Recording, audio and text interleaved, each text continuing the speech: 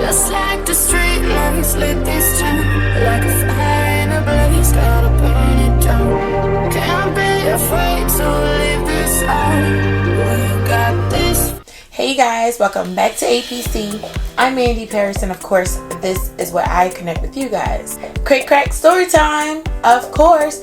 And I'm gonna do the best that I can. My voice is a little hoarse, but we're still gonna tell the story. Let's tell the story, okay? So in this story, it's about 7-Eleven rapper romance type stuff. So let's get to it. If you don't know, very quickly, crick means that the story is real. It really happened. Crack means that a crackhead told me, and I didn't even ask him. It just told me.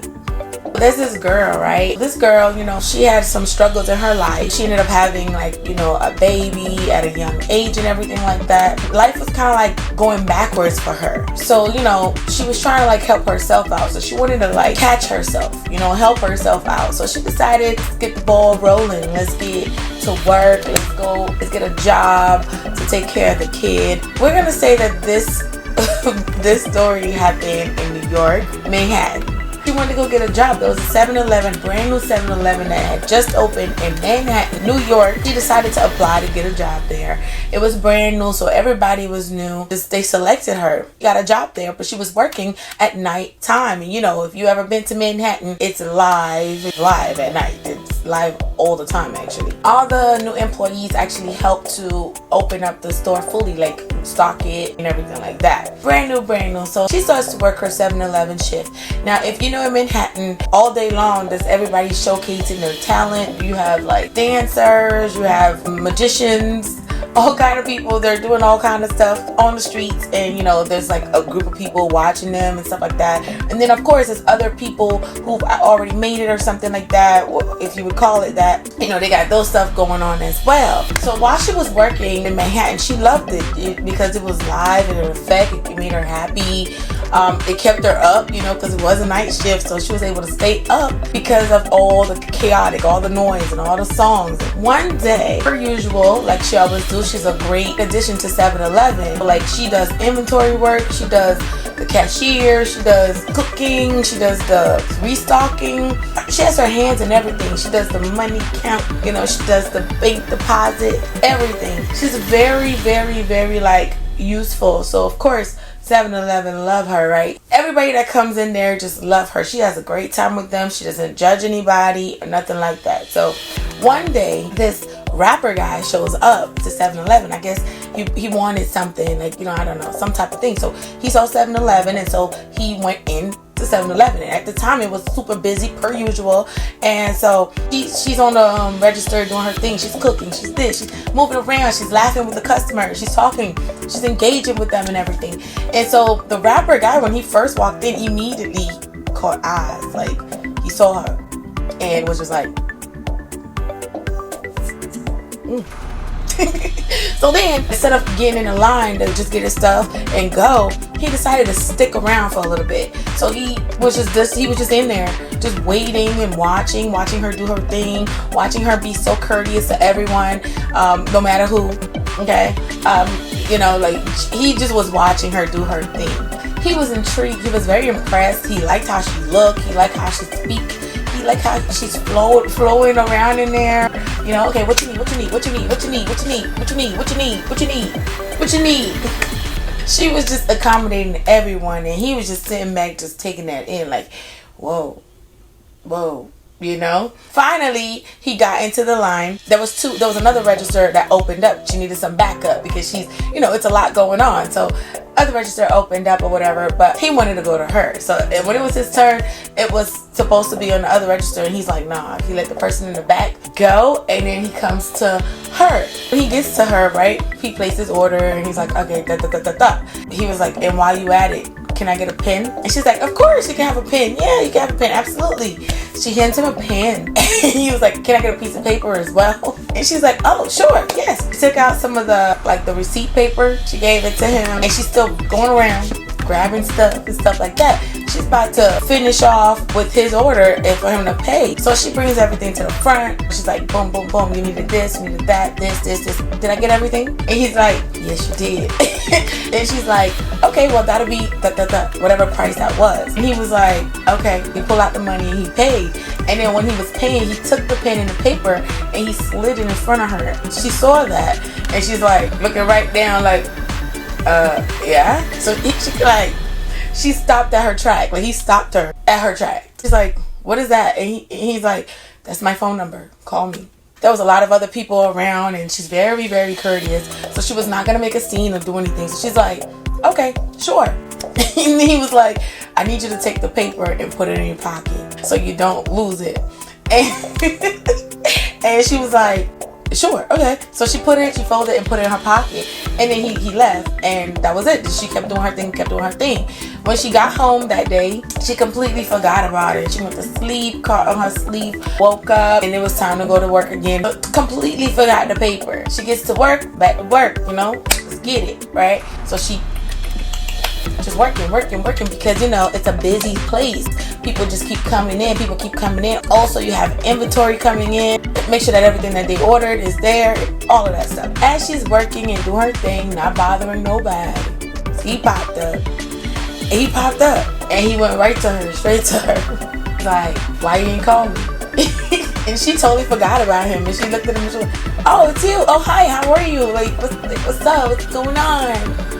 And he was like, I'm good, like, why you ain't call me? She's like, oh, I honestly, I forgot. I just have a lot going on. And he was just like, all right, well, I want to introduce myself to you. And so he gave his name to her.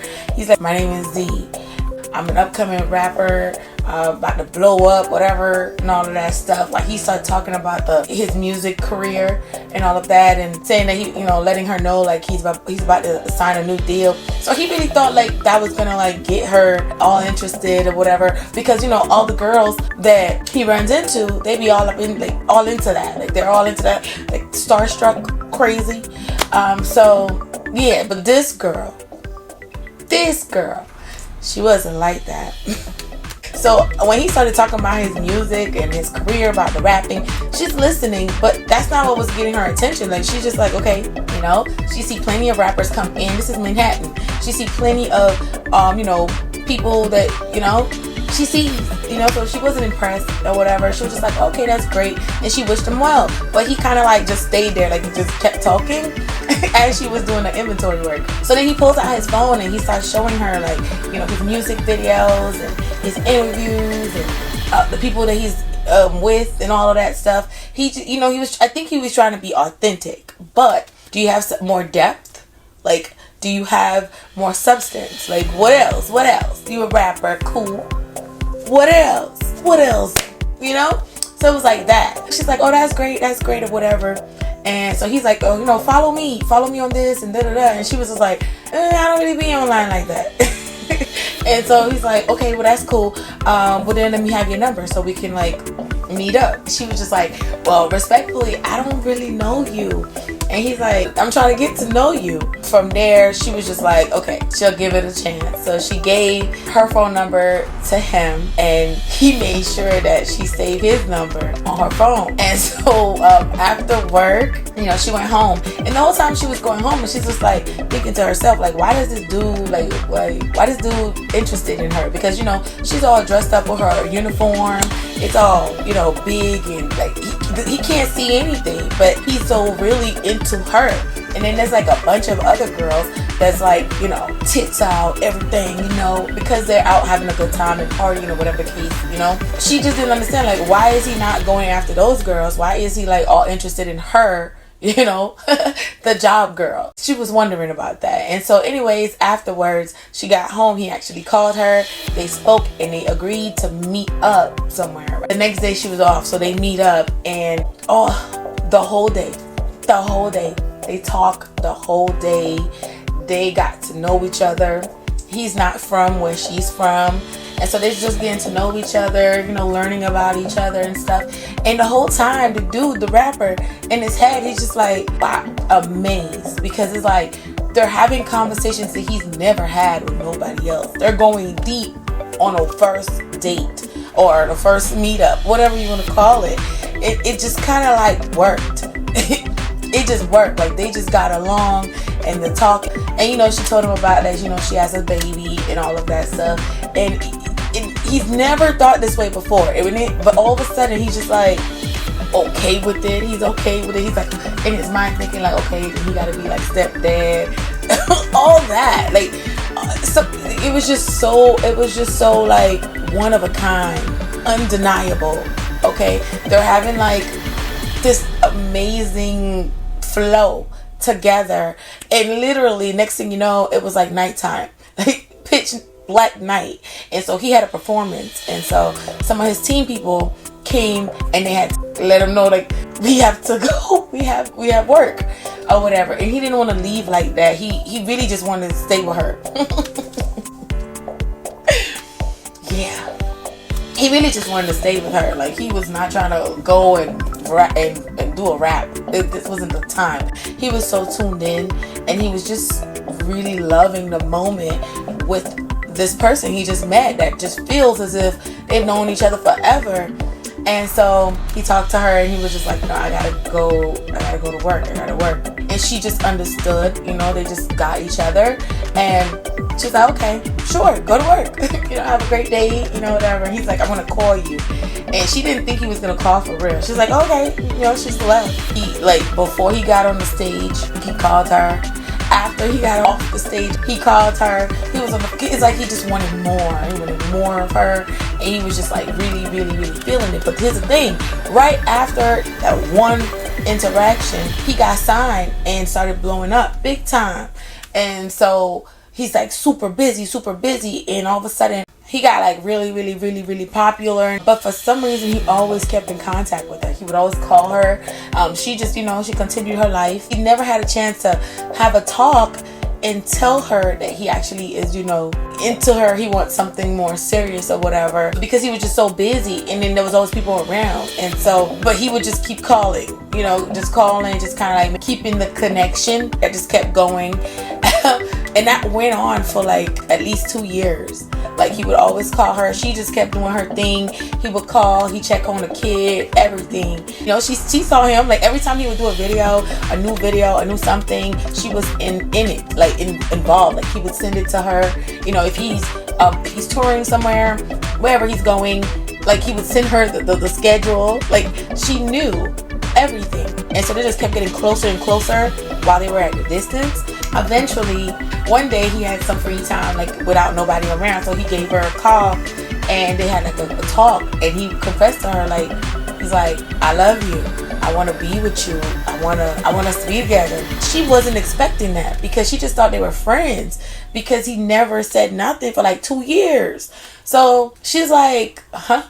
But we haven't even been together. And he's like, I know, but we've been talking. We've been in talking phase, but I want to move things to a better place because I want to be with you. She just didn't know what to think. She really didn't know that he was feeling this way. And even though inside of herself, she liked him too, but it was like he was always busy, and she understood that, and she knew that it never went anywhere at first. So she just thought they were just friends. So, you know, she was very, very shocked and could not answer him right away and needed time to process what he said to her. He said everything to her.